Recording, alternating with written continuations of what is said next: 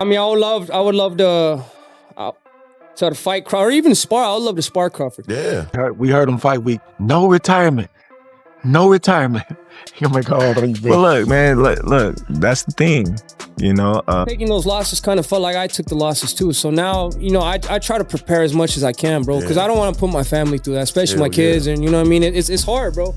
My brother lost to Terence Crawford, bro. I was crying. David Benavidez versus Terence Crawford. The fight was just confirmed. And believe me, when I say it is not what everyone expected. Make sure you like and subscribe because this will be an excellent one. And as a boxing fan, I must once again ask, did you ever expect to see this matchup happen? For months, rumors, interviews, and even plain denial circulated among both camps regarding whether this clash was even feasible. The tables have turned, and the noise is louder than ever. Wait until you hear what Benavidez and Crawford said about the fight. It alters everything.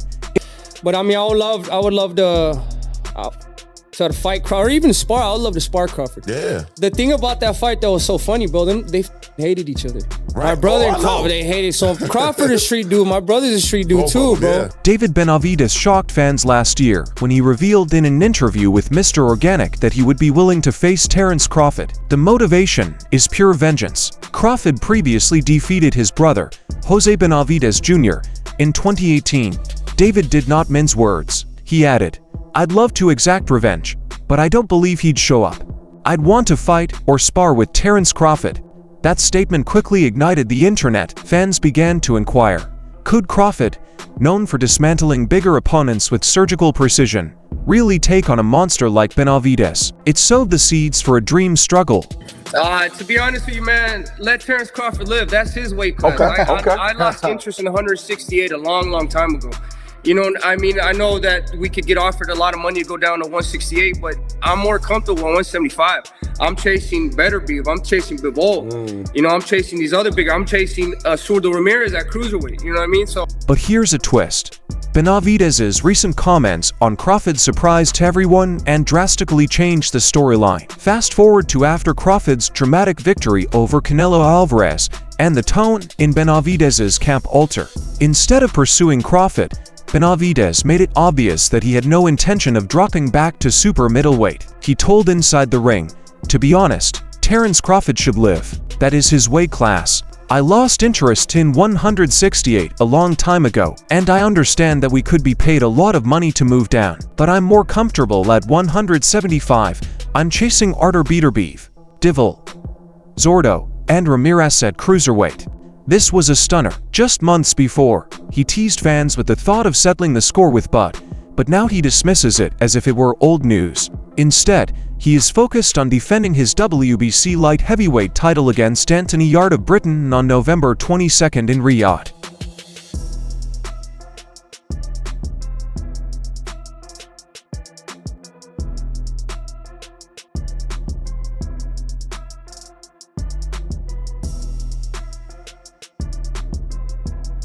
That fight alone is big, but fans are left wondering how this purported clash with Crawford fits into the equation. And if Benavidez is aiming for 175 pounds and Crawford is dominating at 168, what does this mean for a fight that is suddenly back in the spotlight? Turkey just posted that this morning, wondering if Benavidez can make 168. Maybe he has plans or ideas of maybe trying to match up Benavidez and Terence Crawford. No, man. No, we ain't doing that fight. Maybe planning on vacating the belts. No, we ain't gonna vacate the belts. We just gonna sit where we need to sit for a minute, and then, just like I said, get back in the gym and do our. On the other hand, Terence Crawford's trainer, Brian Bomac McIntyre, dashed cold water on the excitement. In an interview with Fight Hype, Bomac did not hesitate. "No, man, we're not fighting Benavidez. No. We are not going to leave the belts. We'll just sit where we need to sit for a minute and then, as I previously stated, return to the gym and do our thing." This statement merely increased speculation. If Crawford's camp is officially dismissing the Benavidez fight, why is it still being discussed so extensively behind the scenes? Is this just another example of promoters and Saudi backers stirring the fire with large cash offers? Or is it possible that, despite their comments, both boxers understand the financial and legacy stakes of such a bout are too high to ignore? If Canelo was 100% confident in himself, I don't know why he wouldn't fight me. especially since, seeing that everybody in his team is on steroids, which means including him, so he never got off. You think he's on steroids? Of course. Sure. How does five? You saw De La Hoya call him out. How do five people out of your camp get tested positive for steroids? Right. You know what I mean? No, all those fucking dudes in that camp are dirty. Saudi Arabia plays an important part in modern boxing. Turki Alalshik, the man in charge of some of the sport's biggest recent events, said that Benavidez could meet Canelo Alvarez as part of his 4-fight deal with Riyadh season. And now is when things become interesting. The Saudis have a history for arranging improbable contests, frequently throwing record-breaking sums of money at boxers who had previously expressed no interest. That is why, despite Benavidez's claim that he has moved on from 168 and Crawford's camp's insistence that the fight will not take place, Saudi influence remains strong. Money talks, and in boxing, it frequently makes the fights that fans want a reality. Promoters understand that Crawford versus Benavidez would be a major seller.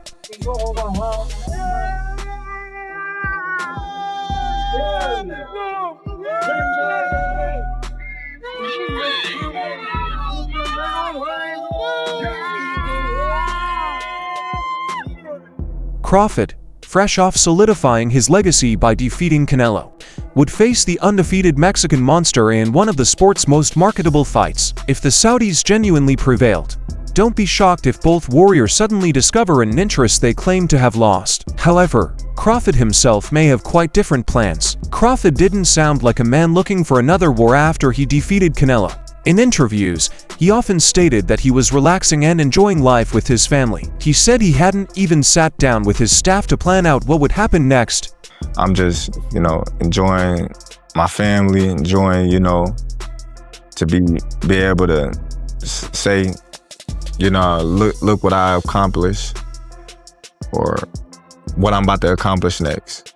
So I'm just chilling right now. I haven't even got the time to sit down with my team and talk with them and, things like that. His comments kept fans guessing. Is Crawford considering retiring at the height of his powers? He is 37 years old, undefeated at 42-0, and now 3-division undisputed champion, something no other male boxer has ever accomplished. Crawford claims that his family has already expressed their preferences for his next steps. While he did not state it openly, it appeared like they wanted him to walk away while on top. That is where the tension rests. If Crawford's legacy is already established, is a battle with Benavidez too late?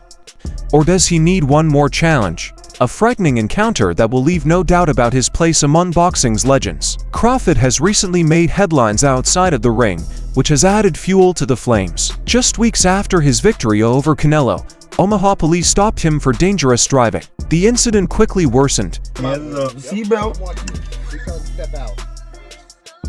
I'm Opening the door. I'm opening the door. Right here on my right. I'm keeping my fucking hands up. I'm not reaching for no gun, bro. Can I move my phone? Officers detained him and his companions at gunpoint after discovering a handgun on the floorboard. The story became national news. Crawford was subsequently penalized for reckless driving, and a member of his security crew was discovered to be in possession of a lawful handgun. No one was arrested, and authorities confirmed that all occupants were lawfully allowed to carry weapons. Nonetheless, video of the stop went viral, igniting questions about how champions are treated in their own communities. Some supporters argued that the distraction could disrupt Crawford's concentration. Others argued that this is the type of outside-the-ring issue that highlights his in-ring supremacy.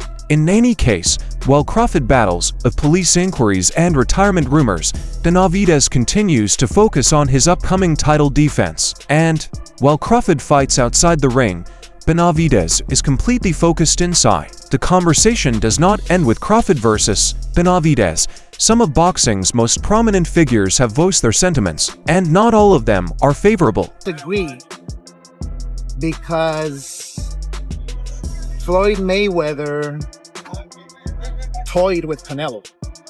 Like, he literally toyed with him. He didn't get hit at all. Not one time. Oscar de la Hoya argued that Floyd Mayweather is far superior to Crawford, claiming that while Bud is an excellent fighter, Mayweather's technical abilities put him on a different level entirely. That sparked intense debate among fans, with many questioning if Crawford can ever be considered in the same conversation as Mayweather without facing giants like Benavidez. Meanwhile, in the UFC world, Ilia Topuria says that if you guys ever boxed, he would knock you out based on the first punch. That dude drunk, you know. Hey, you know, a lot of MMA guys, they drink a lot, so he must have been on that alcohol that day. Roy Jones Jr. provided another viewpoint. He thinks Crawford might retire shortly, but if he doesn't, Jones believes he deserves a crossover event, possibly against UFC star Ilia Topuria. It's a strange thought, but it demonstrates how valuable Crawford has become. He is finally receiving the global recognition that has eluded him for years, which opens the door to battles outside of the traditional boxing environment. All of this creates a major question. Is David Benavidez the real test for Crawford's legacy, or is Crawford already looking beyond boxing entirely? At the end of the day, this prospective matchup is about more than simply the titles. It's an epic collision of styles and legacies. On one side, there's Benavidez, the Mexican monster, who is younger, bigger, and more relentless. Come on, yeah, get it, yeah, get it, yeah, get it, yeah, get it, yeah, get it, yeah, get it, get it. Come on, yeah, move out the way, yeah, move out the way, yeah, move out the way, yeah, move out the way, yeah. On the other hand, you have Terence Crawford, undefeated, undisputed, and possibly the best fighter of his generation. Skill versus size, legacy versus momentum. A champion defending his throne from a monster attempting to steal it away. One man is after history, while the other is chasing greatness. The one needs to face off. Who will emerge as boxing's most feared fighter? Please share your ideas and comments below. So the thing that was funny, so we had went to Omaha the last 3 weeks of the fight. So we're there training. So my brother's like, nah, I want to go show love to everybody in his hood. He goes to his barbershop. Right. And then the barber's like, yeah, you know, this is Crawford's barbershop. He's like, oh, I don't give a f, let him come in here. Right.